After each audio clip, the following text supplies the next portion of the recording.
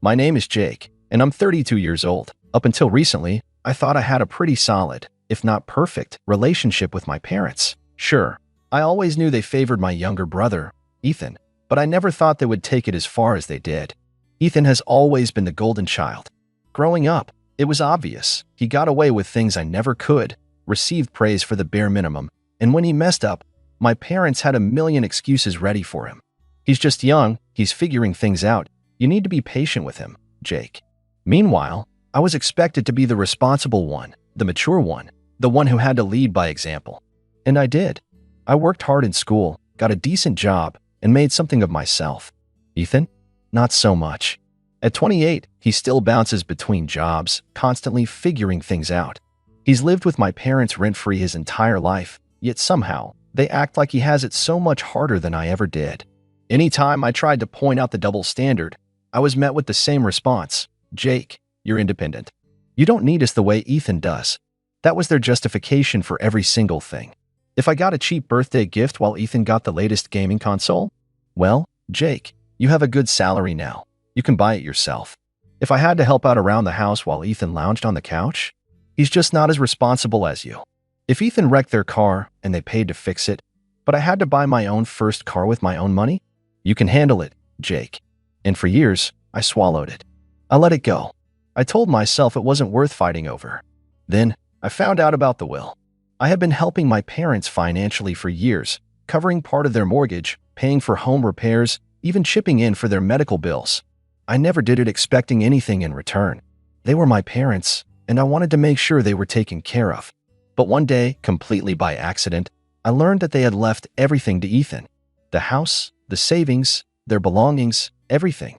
It happened when I was visiting to help them sort out some paperwork. My mom had left a folder on the kitchen table while she stepped away to take a call, and I glanced at it absent-mindedly. That's when I saw my name, or rather, the absence of it. Ethan was listed as the sole inheritor. When my mom came back, I asked about it. I wasn't angry, not yet. I just wanted to understand. But instead of looking guilty or regretful, she acted like it was nothing. Oh, that, she said, waving a hand dismissively. We just figured it made the most sense. You have a good job, a stable life. Ethan, well, he's not as lucky. He's going to need the help more than you. I couldn't believe what I was hearing. So because I worked hard and built a stable life, I get nothing? Even after everything I've done for you? She frowned at me like I was being unreasonable. You don't need it, Jake. It's just money. You'll be fine. Something in me snapped. For years, I had been their safety net. I had given and given, and the moment I stopped to ask if I mattered at all, I was dismissed like a greedy child throwing a tantrum. I realized, then and there, that in their eyes, I was nothing more than a resource. Someone to rely on when they needed help, but never someone they truly valued. So I made a decision. I stopped paying their bills. I stopped covering their mortgage. I stopped sending them money for groceries or repairs or unexpected expenses. If I didn't matter enough to be included in their will, then surely they didn't need my financial support either. It didn't take long for reality to hit them. At first, they didn't say anything. Maybe they thought I was just busy or that I had forgotten. But then, about a month later, I got a text from my mom. No greeting, no small talk. Just, the rent is due. That was it. No, how are you? No, hope you're doing well. Just a demand, like I was their personal ATM. I stared at the message for a long time, feeling a mix of emotions, anger, hurt, disappointment. Then, finally, I replied. I didn't yell. I didn't curse. I didn't beg them to see how unfair they had been. I simply responded with, I'm sure Ethan will handle it. That was all I said. No explanation, no argument, just a simple statement. And then I put my phone down and went about my day. It didn't take long for the backlash to begin. Less than an hour later, my phone buzzed again, this time, a call from my mom. I ignored it. Then another, and another. Finally, a text. Jake, answer the phone. This isn't funny. I let it sit. I wasn't in the mood to entertain whatever guilt trip they were about to throw at me. But sure enough, when I finally checked my voicemail later, I got exactly what I expected. Mom's voice was dripping with disappointment. Jake, I don't know what's gotten into you, but this is really selfish. Your father and I have always done our best for you. Is this really the kind of son you want to be? Ignoring us when we need you? Ethan can't afford to help right now. He's struggling. We thought you'd understand that. Call me back. I didn't. A few hours passed before I got the next message, this time from my dad. He rarely texted me, so I knew my mom must have gotten him involved. Jake, we need to talk. This is serious. Call your mother. Still, I ignored it. And for the first time in years, I felt something I hadn't before: control. I had spent so long playing the role of the dutiful son, the responsible one, the one who never asked for anything. But the moment I refused to be used, they lost their minds. Then, as I expected, Ethan got involved. Dude, what is wrong with you? Mom and Dad are freaking out. Just pay the rent like you always do. Why are you being so difficult? I almost laughed at that. Like I always do? As if it was my job to keep a roof over their heads. As if the fact that he was their favorite meant that responsibility automatically shifted to me. I finally responded, but I kept it short. Not my problem. The response came within seconds. WTF does that mean? You can literally afford it. Stop being a dick. I set my phone down without replying. It was incredible how quickly the entitlement came out. No, hey, are you okay? No, I didn't realize how much you've been helping.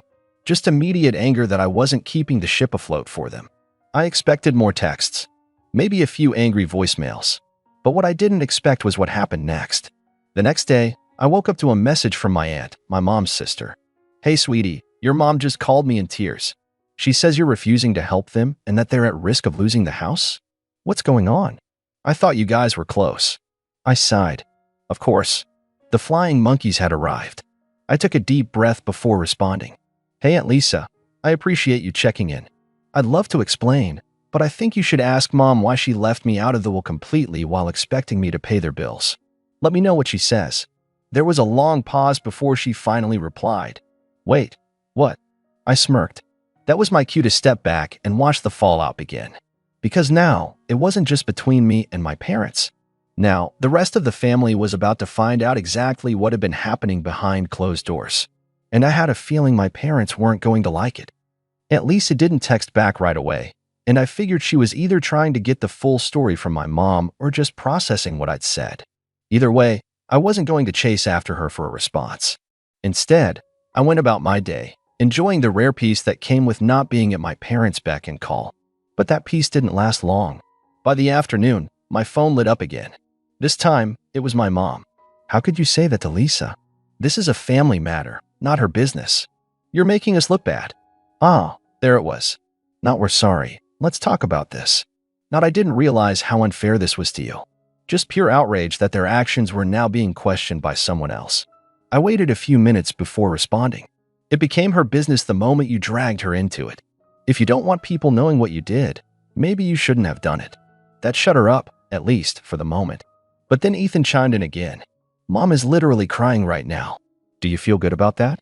Do you feel good about making your own mother cry? I stared at the text, shaking my head. The manipulation was so blatant it was almost funny. Almost. If she's crying, it's because she's realizing that actions have consequences. Not my problem. I sent it, and this time, Ethan didn't respond right away. Maybe he was running back to Mom and Dad, feeding them my words so they could all sit together and fume about how awful I was. Meanwhile, I was starting to realize just how much weight had been lifted off my shoulders. For years, I had been the responsible one, the dependable one, the one who picked up the slack when my parents coddled Ethan and let him skate through life without consequences. And what did I get for it? Nothing. Not even an acknowledgement in their will. I'd sacrificed vacations, nights out, even put off buying a home of my own because I was always helping them out. And they never once appreciated it. I was done. A few hours passed, and then my phone rang again. This time, I answered, because it was Aunt Lisa. Hey, I said, keeping my voice neutral. Hey, Jake, she said, and I could tell from her tone that she was treading carefully. I just got off the phone with your mom. I waited, letting her continue. She told me a very different version of what's going on. I almost laughed. Let me guess, she made it sound like I'm some selfish, greedy son who suddenly decided to abandon them for no reason. There was a pause, and then a quiet sigh. More or less. I leaned back in my chair. Did she mention that I've been covering their bills for years? Or that they left me out of the will entirely while giving Ethan everything? Another pause. No, she left that part out. Of course she did. Well, I said, keeping my tone even, that's what happened. Lisa sighed again. Jake. I had no idea. I really didn't. And honestly, I don't blame you one bit. That surprised me. Really? Of course. Look, I love your mom, she's my sister, but she's always played favorites with Ethan. And I hate to say it, but I think she just assumed you'd always be there to clean up their messes. That you would never say no. Well, I said, she assumed wrong. Lisa was quiet for a moment. Then she said, so what now? I exhaled slowly. Now? Now they figure it out on their own. I'm done being their safety net. Lisa didn't argue. In fact, she let out a dry little chuckle. Honestly? Good for you. We talked for a few more minutes, and before we hung up, Lisa said something that stuck with me.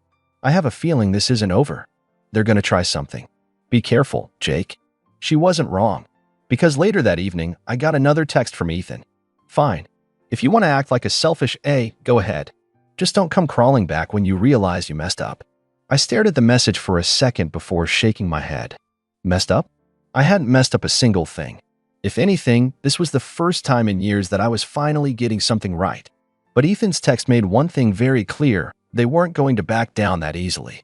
And part of me was almost looking forward to whatever they tried next. The next morning, I woke up to a pounding on my front door. Not a polite knock. Not even an impatient one. This was the kind of pounding that made you think someone was about to break the door down. I already knew who it was before I even checked the peephole. For a second, I debated just ignoring it, letting them stand out there and fume. But something told me that if I didn't answer, they'd just keep banging until the neighbors complained. With a sigh, I opened the door. Sure enough, there stood my parents and Ethan. Mom had her arms crossed, her face pinched with disapproval. Dad, as usual, stood slightly behind her, like he always did when she was in full attack mode. And Ethan, well, Ethan had the same smug, self-satisfied expression he always wore when he thought he was in control of a situation. I leaned against the doorframe, arms crossed. Wow, this is unexpected. Mom didn't waste time. Jake, we need to talk. I let out a small chuckle. Oh, now you want to talk? Not when you were writing me out of the will. Not when you were expecting me to keep paying your bills while giving Ethan everything. Now suddenly, it's urgent. Dad sighed like I was being difficult. Son, can we come in? I pretended to think about it, then shook my head. No, I don't think so. We can have this conversation right here. Ethan scoffed. Are you serious? Dead serious. Mom huffed, clearly not used to being denied what she wanted. Jake, you're being childish. Childish? I repeated, raising an eyebrow. That's rich, coming from the people who showed up at my house unannounced, pounding on my door like debt collectors. Mom's face turned red, but she took a deep breath, trying to regain control. Listen, she said, shifting to what I called her guilt trip voice. We know you're upset. We understand that you're feeling left out. But you have to look at this rationally. I actually laughed. Rationally? You want to talk about rationality after what you did? Dad, who had been silent up until now, finally decided to chime in. Son, you're doing well for yourself. You have a good job, a stable life. Ethan, well, he needs more help. I turned to Ethan, who was still standing there, arms crossed like this was all beneath him. He needs more help? I repeated. He's 30 years old. He's not a kid.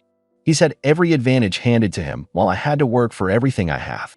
And now, after all that, you decided he deserves to inherit everything while I get nothing. Ethan smirked. It's not my fault you didn't fight for it. I stared at him, genuinely stunned by how shameless he was. Fight for it. I repeated, my voice quiet. Fight for what? My own parents' love? My own share of what should have been an equal inheritance. Mom waved a hand dismissively. Oh, stop being dramatic. We just thought it made sense. You don't need the money, Jake. That's not the point, I snapped.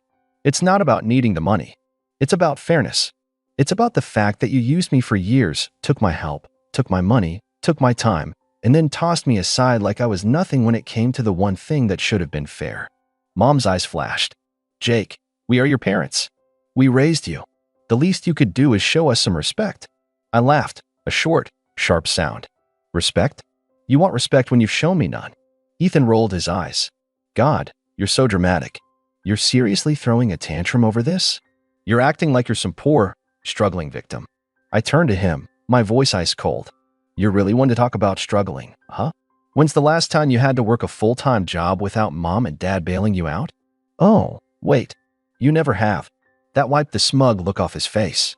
But before he could fire back, Mom cut in again. Enough, she snapped. Then she took a deep breath, smoothing out her features. Look, Jake, this is not how I wanted this conversation to go. But the reality is, you're family. And family takes care of each other.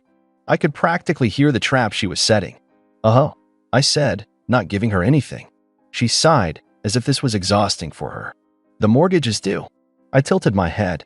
And we're a little short this month. I couldn't help it. I actually laughed.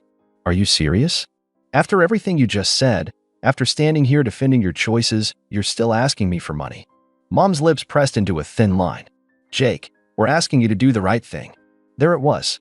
The manipulation. The guilt tripping. The expectation that no matter how badly they treated me, I would still come running when they needed me. I took a deep breath, looked each of them in the eye, and said, "No." Mom flinched like I'd slapped her. "Excuse me." I said no. I repeated, my voice steady. "I'm not paying a single cent. Not now, not ever again." Ethan let out a low whistle. "Wow, so that's it, huh? You're just gonna let your own parents lose their home over some petty grudge?" I stared at him. "You live there too, don't you? Maybe you should step up and pay for once in your life." His face darkened. "You're selfish, Jake." Mom, however, wasn't done. "Jake," she said, her voice dangerously low, "do you really want to do this? Do you really want to walk away from your family over money?" I met her gaze without flinching. "That's funny," I said, "because from where I'm standing, you walked away from me first." She opened her mouth, but I didn't let her speak. "You made your choice. You chose Ethan. You chose to leave me out. Well, now I'm making my choice. And I choose to be done." I stepped back and, without another word, shut the door in their faces. For a few seconds, there was silence. Then I heard Mom's muffled voice through the door. "This isn't over, Jake." I smiled to myself. No, it wasn't. Because something told me they were about to learn just how badly they'd messed up. I didn't expect them to leave right away. My mother wasn't the kind of person to back down when she thought she was owed something. Sure enough, less than a minute after I shut the door, the knocking started again. This time, louder, angrier. "Jake!" Mom's voice was shrill, barely muffled through the door. "You're making a huge mistake. You're going to regret this." I leaned against the door, arms crossed, listening to her rant. Dad, ever the quiet follower, muttered something I couldn't quite make out, probably trying to calm her down. But Ethan, ever the golden child, had no such patience. "You're such a selfish piece of garbage, you know that?" he shouted. "All those years we took care of you." That actually made me laugh. I swung the door back open just enough to glare at him. "You took care of me? That's funny, Ethan, because I seem to remember working 2 jobs in college while you had Mom and Dad paying your rent. I seem to remember lending you money that you never paid back. I seem to remember bailing Mom and Dad out while you sat around doing nothing." His smug expression wavered, but he quickly recovered. "Well, I was the one they trusted with their estate, wasn't I? Maybe you're just mad that you weren't good enough." I clenched my jaw, inhaling sharply. This is what he wanted. He wanted to get under my skin, to make me react, to make me lash out so that I'd be the one looking like the bad guy. I refused to give him that satisfaction. Instead, I simply smiled. "Good luck with that estate, then. I'm sure it'll be real helpful when you're struggling to pay the mortgage next month." I shut the door again. This time, they didn't knock. For a moment, there was silence. Then I heard my mother's voice, lower this time, but still carrying that same venom. "This is not over, Jake." I smirked. "Yes, Mom," I muttered under my breath. "It really is." The next few days went by in a blur of tension. I expected them to try something, maybe send a passive-aggressive text, maybe get my extended family involved. But to my surprise, nothing came. No calls, no emails, no word from anyone. I kept waiting for the other shoe to drop, but instead, it felt like the world had just shifted. I wasn't constantly on edge anymore. I wasn't hearing my mother's guilt trips or my dad's weak apologies. It was like they had all vanished, and for once, I could breathe freely. Then, 2 weeks later, I came home from work to a small envelope stuck to my front door. It was white, unmarked, with nothing but my name scribbled across the front in familiar handwriting. I tore it open, expecting something passive-aggressive or manipulative, and I wasn't disappointed. "Jake, this is your last chance. You are throwing everything away for pride. Ethan may have been chosen as executor of the estate, but you are still family. Don't make this harder than it has to be. Come to your senses. You'll regret it." No signature, just the same tired threats. I crumpled it up and threw it in the trash without even a second thought. A few more days passed. Then I received another message. This time, it wasn't a letter. It was an email from my mother's address. Jake, I really thought you'd come around. You're the one who always told us family is everything. Now you're turning your back on us. We're struggling. We need you. Ethan's making a mess of things. Please, let's fix this before it's too late. This time, I actually felt a little something, anger. The audacity to make me feel guilty about their mess. To pull that old card about family is everything, when they had chosen Ethan over me from the start. I took a deep breath, then I deleted the email without replying. It was then that I realized something. I wasn't mad anymore. I was just done. And yet, I still hadn't heard from Ethan. He was silent, his arrogance replaced with something more desperate. I had to admit that part of me was surprised. Ethan, the one who had always believed he was untouchable, wasn't making a move. I half expected him to show up at my door with an apology, but he didn't. Then, one afternoon, out of nowhere, my phone rang. The number was unfamiliar, but something told me I should pick up. I answered, and sure enough, it was my mother's voice again. Jake, please. She was crying. I could hear it in her voice, and I was taken aback. You need to come over. Ethan's lost the house. He's messing everything up. We have nowhere to go. Please, we need you to help us. For the first time, I felt nothing. No sympathy, no guilt, no obligation. I almost felt a strange sense of relief. This was it. This was what I had been waiting for. Instead of responding immediately, I let the silence linger. I could feel her desperation across the phone, her need for reassurance, for me to step in and clean up Ethan's mess. But I wasn't about to be dragged back into that cycle of manipulation. No, I finally said, my voice calm. This is your problem, Mom. You've always wanted him to be the golden child, and now you get to deal with the consequences of that choice. You chose him to handle everything. You trusted him. You don't get to pull me into your mess now. She was quiet for a long moment. Then she whispered, Jake, please. I don't know what else to do. I didn't even flinch. I spoke my next words as coldly as I could. You should have thought of that before you decided I wasn't good enough to be part of the family. I hung up. The phone didn't ring again. For weeks, I didn't hear from anyone. But strangely enough, I felt better. The weight of years of resentment and manipulation had finally been lifted. And then one day, while I was at the store, I saw a familiar face in the parking lot. My father. He was walking toward a beat-up car, carrying some bags. I hadn't seen him in weeks. I debated whether to approach him, but something told me that nothing was left to fix. I just turned away, ignoring the way he called my name. That was the last time I saw him. So here I am, a year later. I haven't heard a single word from my parents or Ethan. Part of me wonders if they're still struggling. Part of me wonders if they ever realized what they did wrong. But honestly, I'm okay. Maybe, for once, it's time for me to take care of me. So, Reddit, what do you think? Did I go too far?